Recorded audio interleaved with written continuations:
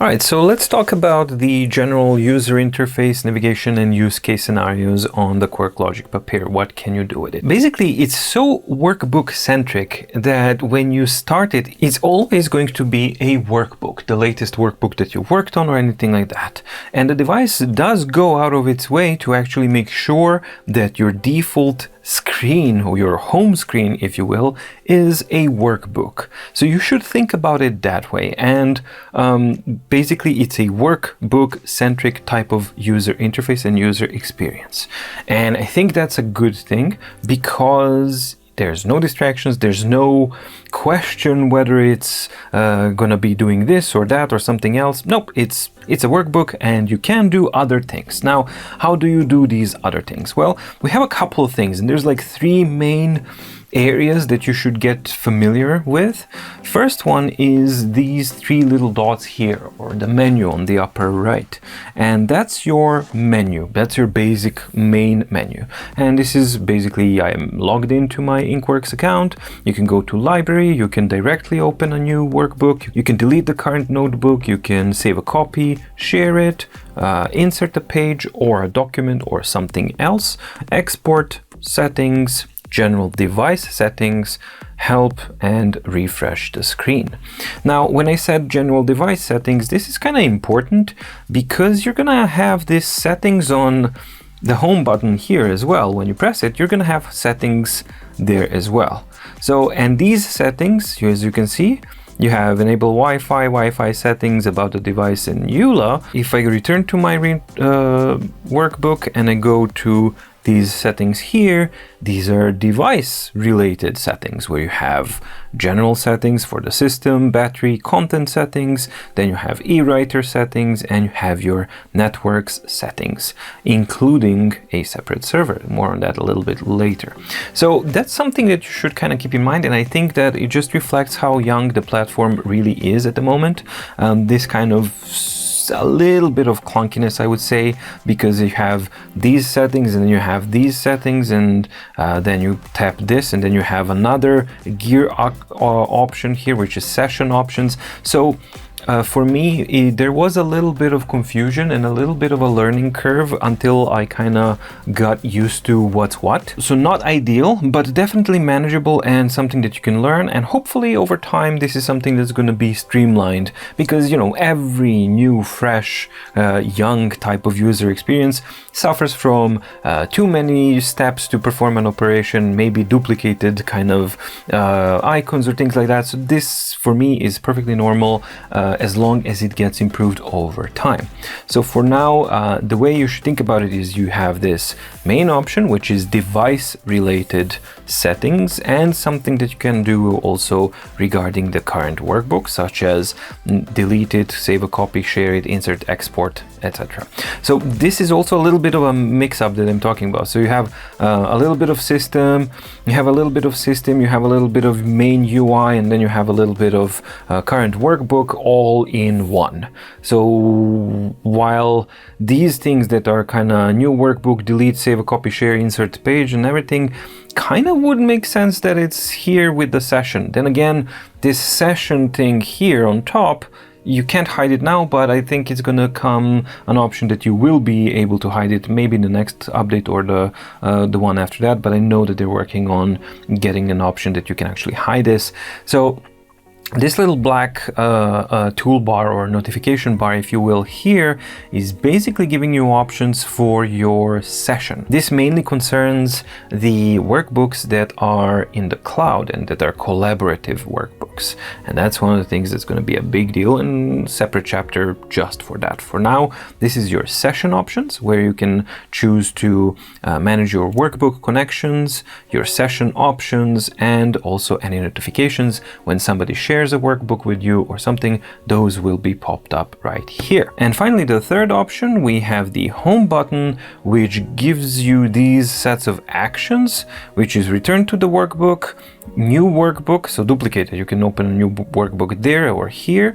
You can go to these other settings, which are not the settings over there. It's a little confusing. Then you have access to your cloud library, My Workbooks, Recent, Active, and Shared Workbooks, or your local library, Workbooks, Recent Workbooks. More on that a little bit later. And you also have Chrome as a web browser. So it's a normal Chrome, and this is the only time when you actually see that this is an Android underneath. And it just opens up as a normal Chrome. It doesn't have anything fancy with it or anything like that. Let's try and type in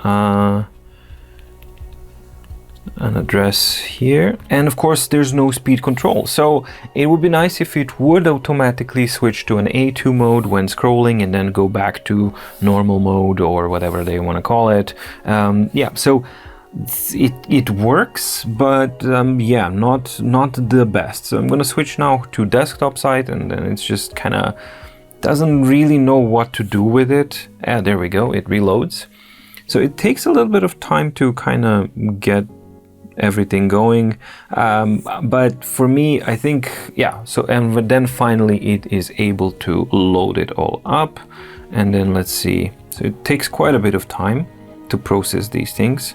And this is not a very heavy site. I mean, it loads quite easily on other devices, so definitely not really optimized, and it's really taking its time quite a bit to load these types of sites. So yes, the web browser is technically there. However, the usability of it, I don't know how usable it is. And personally, I wouldn't use it. I really wouldn't. From my point of view, kind of completely unnecessary. And if somebody is wondering, like, how do you close this? Well, you go to Home again. So you press the Home button again, and then you go return to Workbook. Otherwise, there's no kind of close or anything like that. So just so you guys know. So yeah, that's your basic navigation. You have your Home button for some of the settings and Cloud Library, Local Library, and Chrome for whatever reason. Then you have your top icon here, or top bar there, is for your session options when you're dealing with a session or an online cloud type of workbook. And these three dots on the side, that's your main menu. That's where you get all of your operations. From that main menu, we can go to Library, and that's something that resembles a home screen, right? Something that people would kind of think of as a home screen. However, I think that since the device is workbook-centric, you should consider your workbooks, home screen, and your library as a separate thing that you go to, and then it actually makes a lot more sense. Now, when you're in your library, there's a couple of things that we need to kind of address. So you can create new folders and you can create new workbooks. And Quirklogic Papyr works only with their own Quirklogic workbook format, which is QLW. So no, you can't open directly a PDF, and no, you can't open directly any type of document.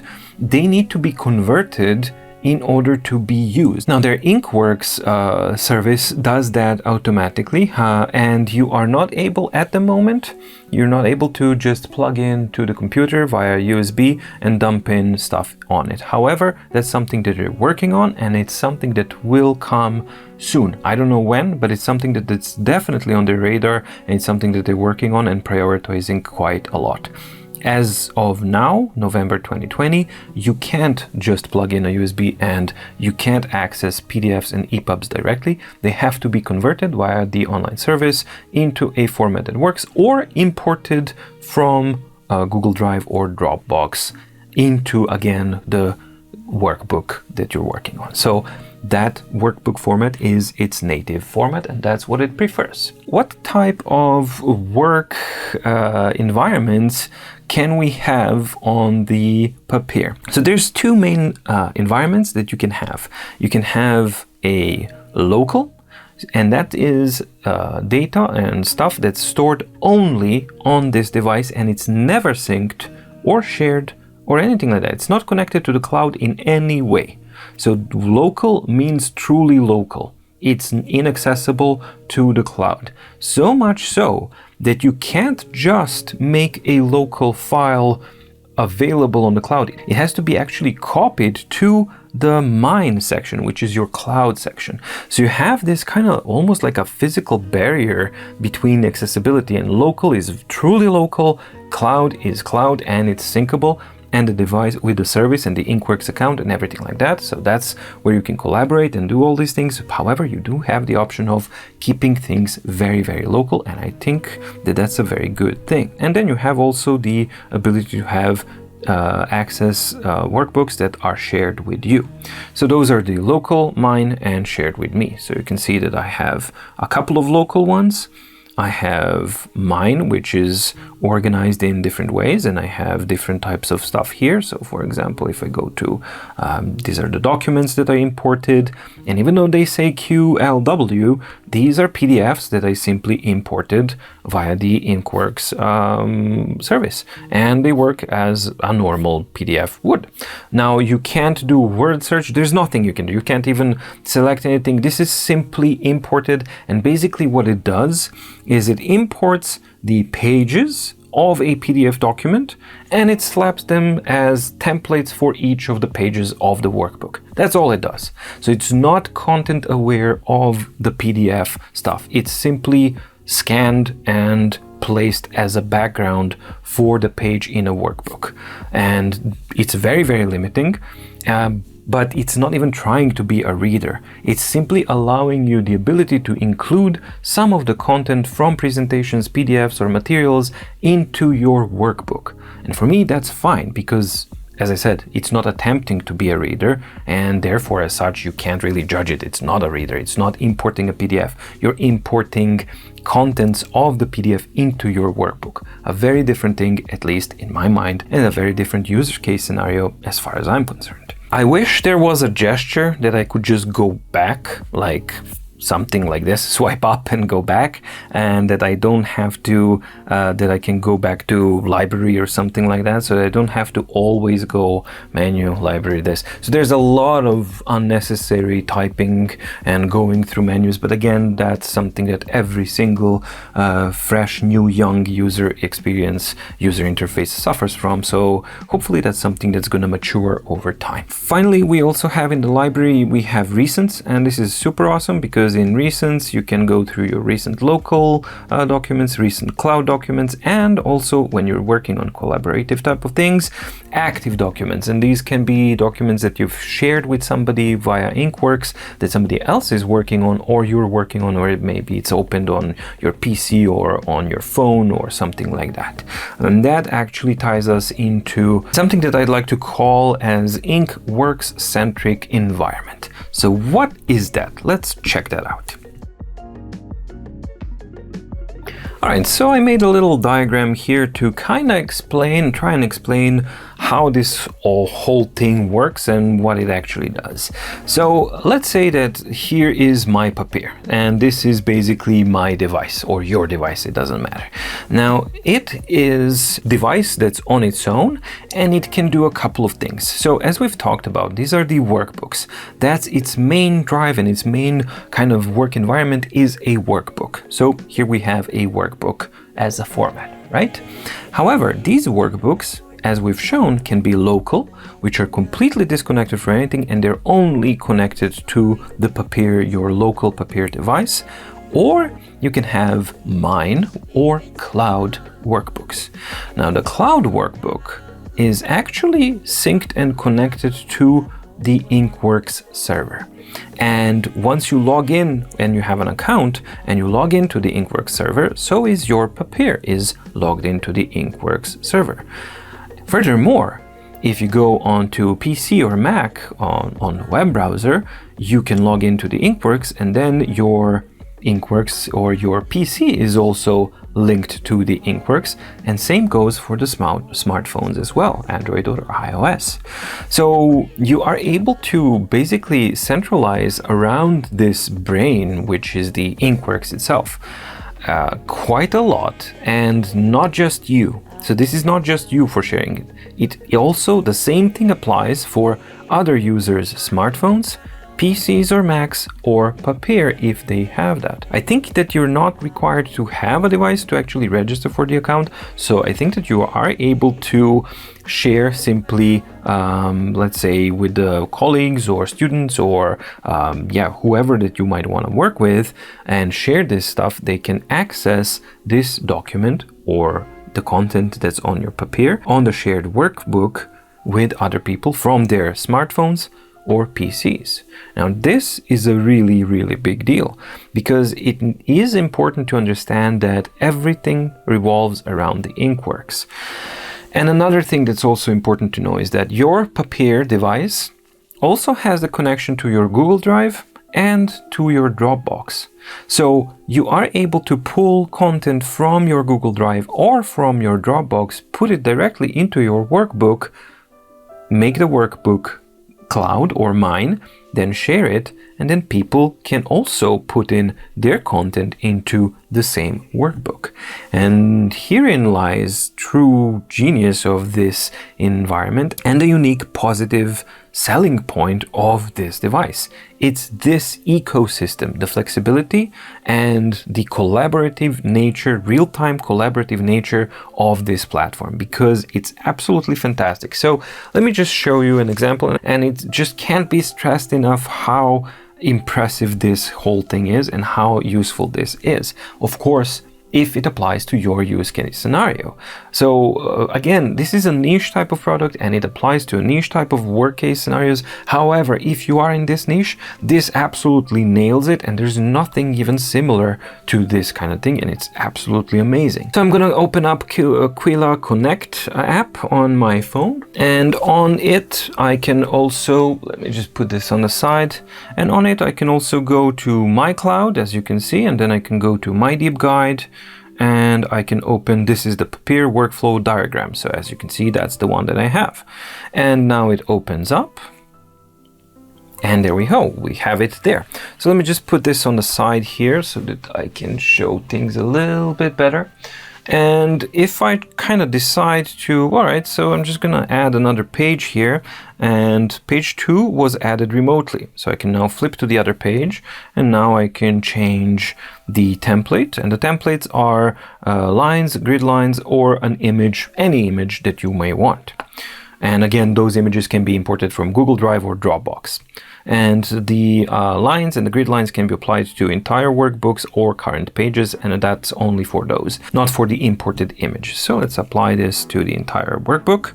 Automatically it's here. If I go back here, I'm gonna have the same thing because I applied it to the whole workbook. So it's super, super instant. And let's now try and start writing here. So this is the presentation of a real-time collaboration, right? Alright, so then I can also use the contextual menu here, and in the contextual menu of a workbook we can do quite a lot of things. We can, as you can see, we change the templates with the icon here. You can copy the page, you can delete, you can insert the page, you can delete the page, you can undo, you can redo, you can go into erase mode, but then again you have this eraser here, so there's no point. Then you have your paste. If you've copied the selection, then you can paste it here. You can insert shapes, and you can also change the brush size. Now to change brush size, again, young user interface, it would be really good if these circles around the icons, the bolded, the one that's currently selected would be bold, so that we know which kind of thickness is currently selected. At the moment, I don't know which one is selected, and you have to kind of guess. So just boldening up this ring would definitely help quite a lot. And then I can just change it to something a little bit thicker. Nope, you don't have any other different brushes, nothing like that, just a simple brush, and you can change the thickness of it. So this is a thicker brush, and if I log into my PC, I would see the same thing happening and refreshing the exact same time, and just really, really well. So then I can use this other button for highlighting, and as you can see, then I'm just kind of highlighting this thing here, and it's highlighted right there. And then I can just say here from this side of things, I can just say, well, nah, I don't want any of this. It's just gonna appear here. Maybe we should actually delete this stuff because it's not something that I'm happy with. So I'm just gonna delete it here. And let's try and do the deletion with my very big fingers. There we go. There we go. So now I managed to erase them all, and that's pretty much that. And then you can, actually insert a page or delete a page, undo, redo, and add thickness of the line or the pen that you're going to be writing in if you want to write, but that's kind of it. Sucks to write with fingers, right? So it sucks to write with fingers, but you get the idea. If you're doing this on an iPad or with a pen, or a Samsung Galaxy with a pen, or on Microsoft Surface or a Dell, which has a touch screen and everything else, then it actually makes sense. So while you're on a mobile phone, not that much, but on bigger type of surfaces, absolutely makes sense.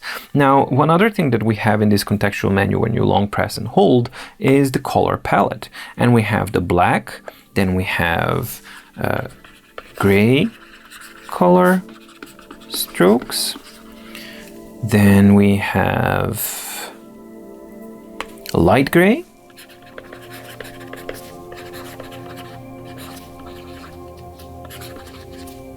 as you can see, automatically changes there. But more importantly, and for me most importantly, we have the red color strokes, green, and blue color. So while this is a black and white device, you are most definitely able to use color, and it will translate automatically here as well. And this is something that's also applicable here. Now the yellow color here is the highlighter, and you have the same thing over here. This is the highlighter. However, the one that I used was a shortcut here. So that's simply a shortcut to a highlighter. But again, that's something that I talked about, which would be really cool to be able to customize this, because if you're using a red or a green color a lot, it would be really cool that we could just simply customize this to a red color strike kind of stroke or something like that. So you can press and hold and write in red or green or blue, something like that. So these are definitely things that I hope that they kind of consider and start implementing. However, this is the whole idea here, that you can have this collaborative thing, and I'm just doing this with myself. So for example, if I had 20 students actually working on the same document, and we were working on the same document over here, we could actually build this whole map together. Now, here comes the second part. So as if this wasn't enough, which was absolutely fantastic as far as I'm concerned, it's truly, truly amazing. However, you have something called the infinity canvas, and when I zoom out, you can actually see that there's a second portion of the document that was there to begin with. And if I just double tap a couple of times, it will center. And let's go here. Let's change it here. Let's change the template because, I want it blank on this page, so it's kind of clean. And you can do the exact same thing on this one as well. So it's extremely, extremely useful. And you can scale really, really a lot. It's not infinity, but for all, this is my line. I just kind of drew with my finger here, as you can see. If somebody is wondering, like, what are these things? It was just me writing here on the mobile phone. So you can. There's a limit to how far you can zoom out, but this is not the limit. You can go really, really far. So it's not limitless, but it's for all practical types of uses, it's certainly large enough. So in reality, it's as good as infinity type of canvas. So in here, I kind of made notes here regarding this one, something that I wanted to talk about. And it's like, okay, so with the workbooks here, what are the things that I can do? Well, I can insert content from Google Drive or Dropbox, or I can insert content via the application here or the Inkworks server kind of thing on the desktop. Now, this is incredibly flexible because, you can insert content. So if I go directly insert content, then I will be able to insert something from a file that I already have, local, cloud, or shared with me, or Google Drive or Dropbox if you've actually signed in or shared these things. So let's sign in. And once you've logged in, then now I'm in my Google Drive. So I can just explore whatever I want, and I can import PNGs or PDFs into the whole thing. So let's say, for example, that maybe I wanted to import the logo, insert into page. So now its insert is completed and I'm back. So it inserts the content that you described as basically a new page into the page where we were. So, and it's always inserted at the end. Currently, it's inserted at the end of the workbook itself. Now, this is not scalable, so I can scale, but I'm scaling not the content itself, I'm scaling the entire workbook. So this is actually imported. That's what I've been talking about. So you can import basically a template. That's what it means when you go into insert content. You're inserting a template into a new page. And it can't be inserted into a current page. It always has to be inserted into a new page. So those are the things that I hope that are, amongst others, that I hope are improved. But furthermore, what we can do is, so now if I go here, on the phone, if you can see it, now I can see, there we go. So now I have my deep guide here. However, I can also go outside. No, well, actually, let's go back into the document. And on the top folder here, I can go insert content. And now I can insert content from my phone. I'm not obligated to go to Google Drive or Dropbox. Actually, I can just insert maybe this. And then I select all. Pages to import, I'm going to import them, and it's automatically imported. And if I go to the next page, there it is. So it's super instant and it's super fast, and it works just really good, and it's very flexible. Now the same thing that you're seeing here on the mobile applies on the desktop as well. So you can just drag and drop PDFs, JPEGs, PDFs and PNGs I know for sure that you can do. I'm not so sure about JPEGs or anything like that, but for now, let's say that PNGs and PNGs and PDFs most definitely work. That's the stuff that I've tried, and that works brilliantly. So the collaborative type of approach is excellent. I just think that you need to be aware of that the insert content is basically inserting a template into a new page that's appended at the end of the current workbook. That's how it works at the moment. Now let's say here I can comment this out, and I can say love the new hairstyle, and I can switch to red to comment on something that I don't like. It looks like camel mouth needs fixing, right? And traditionally, you would export this and then mail it and then send it. However, in this type of environment, there is no need, because it's automatically available here, and it's available to any collaborator that just logs into their account. And if this workbook is shared with them, not only do they see it in real time, but they also get a notification when it was shared, and they just get it applied. So there is no, you completely bypass the need for that step of export, attach, send by email, and all that kind of stuff. So that's another point around this platform that I absolutely love. So yes, while the Papyr itself has a lot of this step here, tap there, and and it really, the user interface will need to be kind of streamlined, and the amount of steps should be lessened. What I get from this is super fast and agile type of workflow, especially as far as real-time collaboration goes. It's really excellent, and that's something that I absolutely love it for, and as such it's starting to edge into pretty much the workflow that I'm having whenever I do any collaborative type of work. This is the platform that I go to from now on, because everything else seems slow and old, that you have to do something, mark it up, then you save it, and then you share it, and then all of these kinds of things. It just becomes completely redundant when you have experienced and worked with an environment like this. So if that's what you're looking for, it's absolutely kick-ass.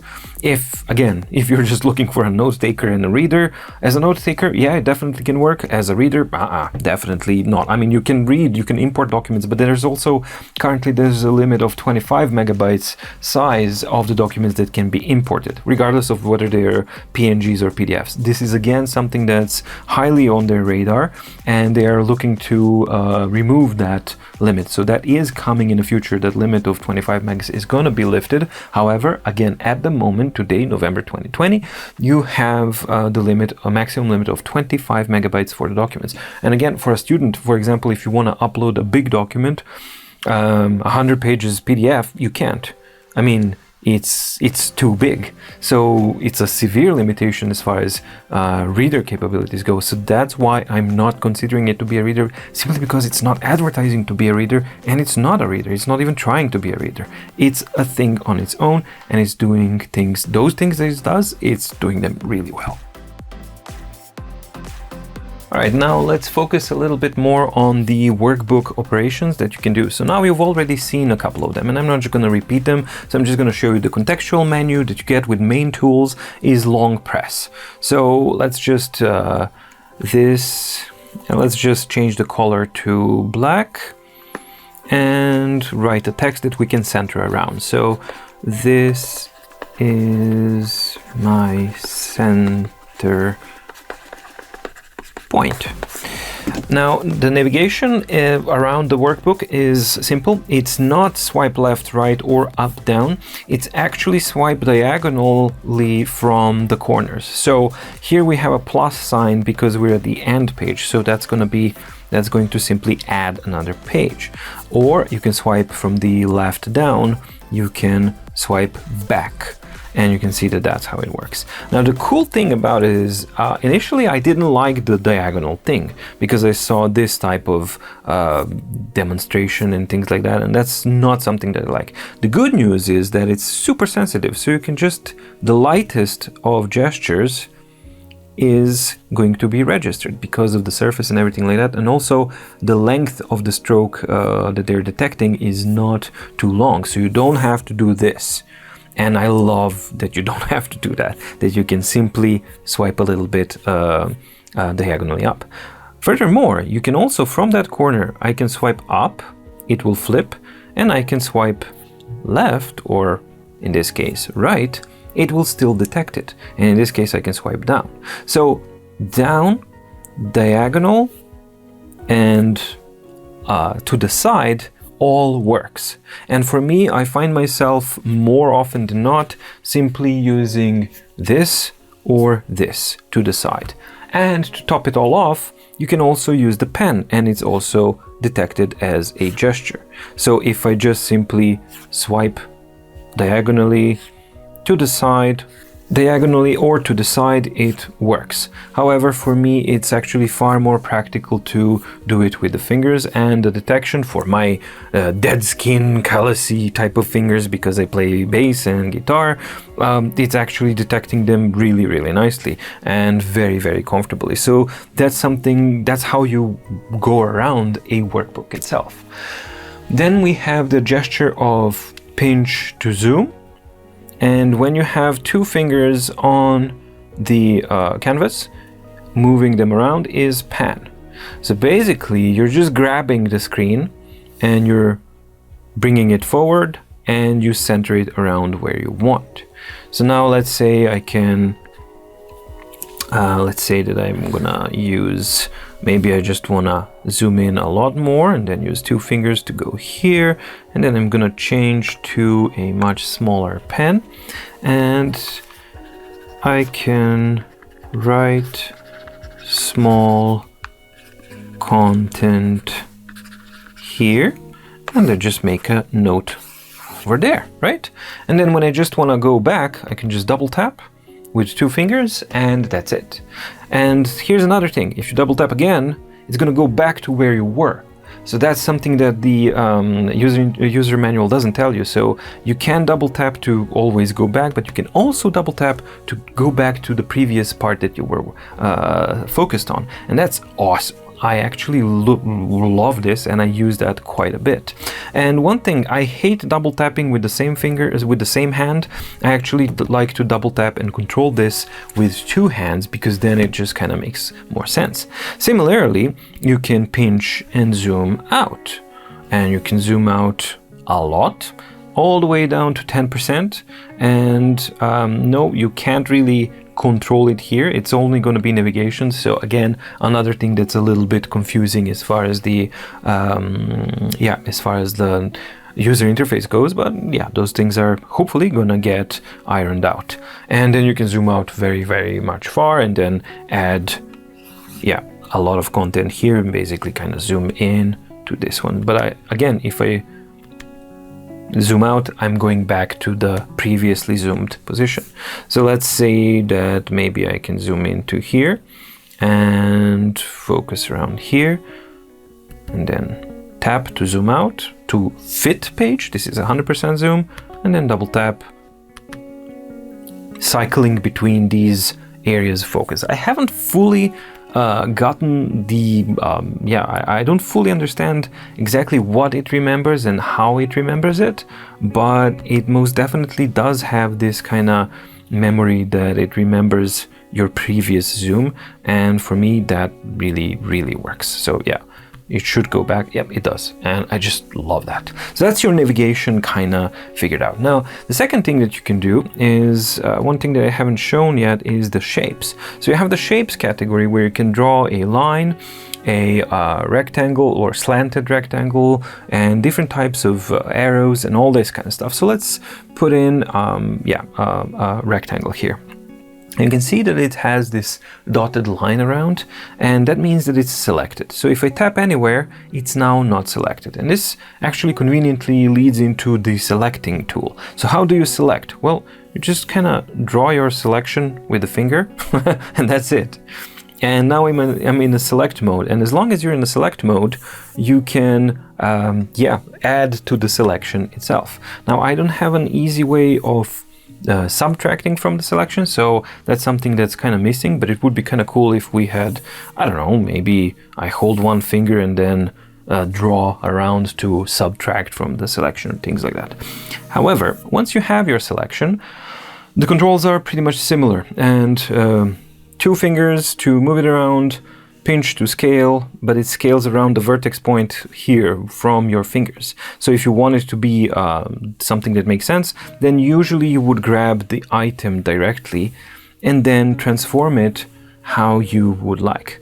So let's say that I wanted this to be the surrounding box here, then I can just center it like this and be done with that.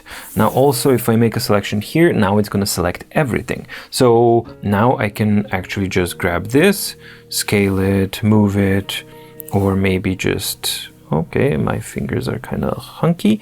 So yeah, I can just move it around here, or maybe place it around there. And it's actually really fast and super flexible as far as the manipulation of this thing goes. Now, well, not that flexible actually. So that's my point, is that the flexibility can be improved, because for example, it would be great if I wanted to, of course you can just tap on one of these things and then it selects it. So any type of strokes, connected strokes that you tap, they become selected. So your fingers are for selecting, this is for drawing and erasing. And we'll actually, while we're at it, so when you write something, then you can press the button here and either strike through, or you can circle around and then erase the area. So these are my strokes, right? So I can just delete one stroke, or I can circle around and delete multiple strokes. Very easy. Now, as far as the selection thing goes, it would be great if I could do non-uniform scale, as in maybe squash it a bit and then stretch it here and then shape it like that, or maybe even get into an option of step rotation so that I'm rotating at 15 degrees or 13 degrees so that I can have the right angle exactly the way I want it to. So those things are currently missing, but hopefully it's something that they might actually get to work on at some point. However, as it is now, it's very, very easy to simply add, so let me just select this shape, move it out of the way, scale it up a little bit, maybe place it here. Maybe this cell is now cell number 2, right? And let's increase the size of the pen to 3, and now I can, let's say, add let's add a arrow, and now I'm just gonna move that arrow and scale it. So this is a little bit tricky, so it depends how you kind of grab it, but let's add an arrow around here and there. So this is the arrow that I have. So here we are. It's continually updating here, so we can definitely see everything that I've worked on, and here is there. And now when you have a selection of something, so one or the other thing, let's say we select this field here, and then I long press, now I'm gonna have a different contextual menu, and I can erase the selection, I can copy it. Let's copy it and put it in Clipboard for now. And then I can change color, I can change the thickness. So let's say, let's make this one really, really thick. And you can see immediately it's updated here. And then I can also make this guy green, right? So there, and now it's green. So now I can select the arrow itself. I can also change the thickness. Let's make it a lot thicker. And now let's change the color to red, and it automatically changes. So quite a bit of flexibility that we have here. So now with nothing selected, because I copied this and it's in my, well, let's just copy it again because I have the same thickness. So let's just tap on it, select it, and go copy. And now I can just paste wherever I want. So now I just have to deselect first, then paste it. There we go. And now maybe I'd like to rotate this guy and position it over here. And yep, let's rotate this a little bit more so that it's kind of precise. There we go. And now I'm just gonna add yet another arrow from this selection, and this is a double-sided arrow, so, or a bi-directional arrow. And this is where things get a little bit tricky, but it's doable. Not ideal, but definitely doable. If you give it a little bit of practice, you get used to these things. So now I can select this arrow, make it a little bit more thicker or a lot thicker. Well, depends. This is too much. Let's try 3, and then let's try, I don't know, light gray color. And everything is updated here, and everything is, yeah, just working as it should. So yeah, I don't want that line here, just get rid of it and it all works. So all in all, an incredibly versatile and flexible type of platform. All right, back to the control things. So yeah, once you actually have a selection in the clipboard, so maybe I could select the whole section here and then just say, okay, I wanna copy this. And now I'm gonna go into a library, and I'm going to a completely different document. Let's say my first workbook, whatever. And I'm just gonna open this one. I'm gonna tap on the page so that I can go into the pages here and then go all the way down. This is imported Papyr's workbook or user manual. I'm gonna tap on plus to add another page. I'm gonna go to that page, and now I am going to paste, and the content that I had from another workbook is pasted here. Now, again, remember when I talked about what you insert into the page, basically the background that you insert? That is not selectable. Therefore, it's not something that you can copy, paste, or manipulate in any way. It's simply a template that's loaded into a page. The only thing that you can copy, paste, manipulate, select, and do stuff is stroke-based or object-based that you have from here. So hopefully this kind of clarifies what it does and how it works. And basically that's it. That's what it does. That's what Papyr is, and that's what it does. And it's totally up to you to actually utilize these capabilities, which are actually surprisingly creative and versatile once you start using them. And I think as a tool set, for a starting point and just being released, it's really, really good. Of course, I hope that it gets to be improved, streamlined, and everything like that. But even as it is now, as a super young platform, it rocks. And I definitely can use it. As you've seen it, you can use it in many, many different ways. And it's something that I love. So yeah, you are able to export this if you want to. And if you don't want to choose these things, you can always export email to me. And basically, I think it's sent via the Inkworks server to you. Then you can export as a PNG, JPEG, or a PDF. So let's go back to the recent. So let's say that I can export this as, let's first email it so that we can compare the results and see how this works. So I'm just emailing it. And now it's preparing, and I guess it's converting it. So now you can select which pages do I want to select. So I'm just gonna tap on this one, and this one, and the colors that we've done, and then just go send. And now it's exporting it as a PDF, the selected ones, and it's going to be sent automatically to your registered email address that you use to sign in with the account. So you can't send to another email. You can only send to yourself. That's the important thing to know. Then you can also export as a PDF, and the process is very similar, except that it's saved. Yeah, you can choose. So let's go here, same thing. So I'm just gonna select these guys, and I'm gonna go next. And now you can save it to either to Google Drive or your Dropbox. Now in my case, I wanted to save it to my Google Drive, so I'm just gonna sign in. And then you can actually, once you're signed in your Google Drive, then you can choose where do you want to export this kind of stuff. So I'm just gonna export it into the root itself. I'm just gonna press export. Oh, but we need the file name, so let's type in the file name. And the keyboard is actually very responsive and quite good. So let's say Quirklogic test export, right? So I'm just gonna export this, and then it exports it. Then you can work on a local workbook, export it to send it by email to yourself, and then send it onwards where you wanna, or you can export it directly to a Dropbox or to Google Drive, which again is shared with your colleagues so that they can have access to it. So many, many different flexible ways to actually insert this into your existing workflow.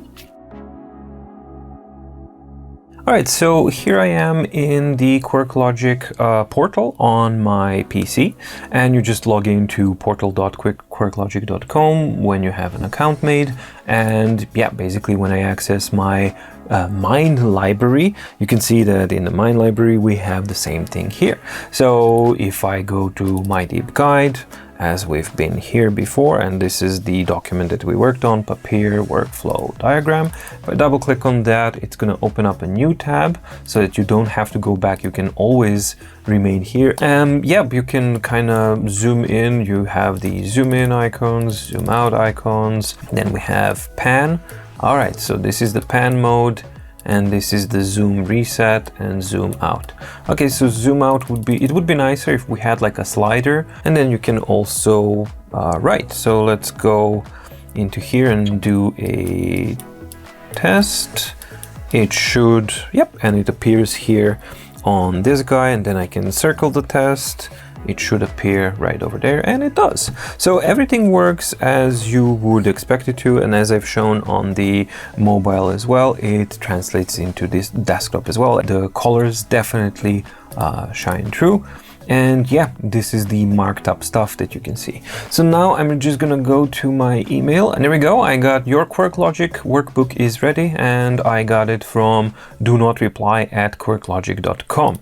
And that's what I get it. So you don't get to send this as an email to anyone else. This is simply sent from Inkworks to you, to your registered email. And this is the PDF that I got. So you can see that it clearly translates exactly the same as we've had it there. And now finally let's check my drive, and in my Google Drive, there we go, test export PDF, there we go, exactly the same as before. Go back here and check out the PDF itself in a little bit more detail. So let's zoom in a lot and see what the quality is like. Well, yeah, very nice and clean and kind of funky. So basically all the stuff that I would expect it to be. Now this is me just totally scribbling away like mad. This was the imported stuff that I had from before, and these are the images. All right, so the shapes are not translating properly. So there's a bit of a bug that we've seen. So you see the geometric shapes that we had, they definitely don't export correctly into the PDF. So that's something that definitely they will need to kind of fix. Now let's see what's the situation when I'm on the Papyr itself. There. So this is how they look like. However, when you export as a PDF, then they translate into this. So definitely some over optimization of vertex points is happening here. And basically what it's doing is it's smoothing out between this vertex and this vertex. It's doing the same thing here. So we have a corner, we have a normal circle, but this guy is not a corner either. And there's not a corner here as a vertex itself. So it's a small bug, but definitely it is a bug that's there. So that's something that they should definitely kind of fix up. So I think that optimization stuff should be a little bit less aggressive. As far as everything else goes, it's pretty good. This was also interesting. So if you have an infinity canvas and you export it, it will automatically find the boundaries of it, and then it will fit that into the page itself. So that's an interesting thing to have, but I imagine it would be a good idea in some point to also find an option to maybe divide a particularly huge infinity canvas, to maybe have an option to parse it into several pages when you're exporting into a PDF, into a grid or something like that. I don't know, just thinking out loud, but those are the kind of things that would be kind of interesting to see. And as far as the importing and all that kind of stuff goes, so let's say I go into the portal here onto mine, and yeah, let's find something that I want to import. So here we go. I have some documents that I usually use for testing, and let's just drag and drop this into here. And this is drag a PDF into the zone. So I'm just going to move this out of the way so you can see it. So I'm dragging a PDF here, and once you drag it in, you can just name it. So let's just lighting up your graphics. Let's just name it like that, and I'm just gonna submit. And if your file is under 25 megabytes, then what's gonna happen is that it's automatically importing the PDF, and you are not supposed to close it until it's finished. And as you can see, this was a 3 megabyte PDF with 17 pages, and it's imported very quickly.